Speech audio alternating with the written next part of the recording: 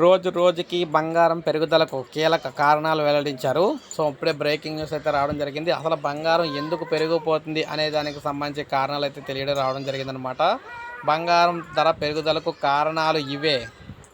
బంగారం వెండి ధరలు ఇటీవల కాలంలో భారీగా పెరుగుతున్న విషయం అందరికీ తెలిసిందే. బంగారం ధరలు సమీప భవిష్యత్తులో లక్షకు చేరుకోవచ్చని కొందరు అంచనా వేస్తున్నారు. అయితే ఇందుకు గల కారణాలను కూడా మార్కెట్ నిపుణులు అనలిస్టులు అయితే విశ్లేషిస్తూ ఉన్నారు. అంతర్జాతీయంగా ఇటీవల కాలంలో ద్రవ్యోల్బణం పెరుగుతున్న తరుణంలో సెంట్రల్ బ్యాంకులు ఫారెక్స్ నిల్వలు అమ్మేశాయన్నమాట.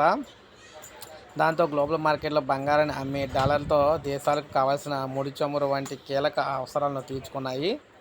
అయితే దాంతో బంగారం నిల్వలు తగ్గిపోయాయి. ప్రస్తుతం సెంట్రల్ బ్యాంకులు తిరిగి గ్లోబల్ మార్కెట్లో బంగారం నిల్వలను కొనడం ప్రారంభించాయి. దాంతో గోల్డ్ ధర పెరగడానికి ఇది ఒక కారణంగా భావించారు. ఈ ఏడాది ప్రముఖ దేశాల్లో ఎన్నికల ఫలితాలు ఎలా ఉంటాయనే దానిపై కూడా అనిశ్చితి కూడా బంగారం పెరిగేందుకు ఒక కారణం. ఈ పరిస్థితుల్లో పెట్టుబడిదారులకు బంగారం సురక్షిత ప్రధానంగా సాధనంగా ఆకర్షిస్తుందని చెప్పి నిపుణులు అయితే అంటూ ఉన్నారన్నమాట.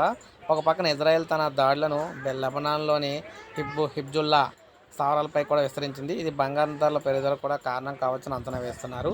సో ఒక యుఎస్ ఫెడ్ జూన్ నుంచే కీలక వడ్డీ రేట్లో కోత విధిస్తుందన్న అంచనాలు కూడా ఏర్పడ్డాయి. అయితే అంతర్జాతీయ అనిశ్చితులు కన్జ్యూమర్ ప్రైస్ ఇండెక్స్ పెరిగి 3.5% నమోదు కావడంతో దాన్ని వాయిదా వేయటాన్ని మార్కెట్ వర్గాలు అయితే అభిప్రాయపడుతున్నాయి. సో ఏది ఏమైనా ప్రపంచంలో జరుగుతున్న అనేక కారణాల కారణంగా బంగారం ధరలు అయితే భారీగా పెరిగిపోతూ ఉన్నాయన్నమాట.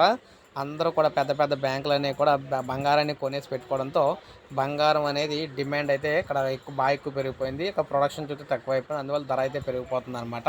సో మన దేశంలో పెద్దగా లేకపోయినా ప్రపంచ దేశాలన్నీ ఎక్కువగా కొనుగోలు చేస్తున్నాయి కాబట్టి ఇక్కడ కూడా ధర అయితే పెరిగిపోతుంది. సో అంటే అక్కడ ధర పెరిగిపోతుంది, అక్కడి నుంచి ఇక్కడ తీసుకోవడం వల్ల ఇంకా ధర అయితే పెరుగుతుంది అనమాట. సో ఒక లైక్ చేయండి, అదేవిధంగా సబ్స్క్రైబ్ చేసుకోకపోతే మన ఛానల్ సబ్స్క్రైబ్